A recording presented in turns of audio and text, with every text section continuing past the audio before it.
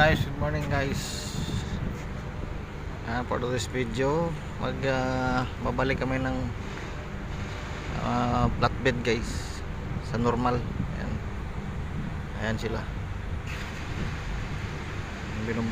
Babuhatin ng crane para umangat, tapos tanggalin niya yung lock. Yan yung pinaka-lock ko. Ayan. Ang dalawa na yun, hilain lang yan para matanggal, tapos ibaba ng crane. Init pa rin guys, pabalik-balik yung init nya. Kapon medyo okay na yung klima, ngayon ayan na guys, binubuhat na. Ayan na, tanggal na yung lock, tapos bababa na nila yan.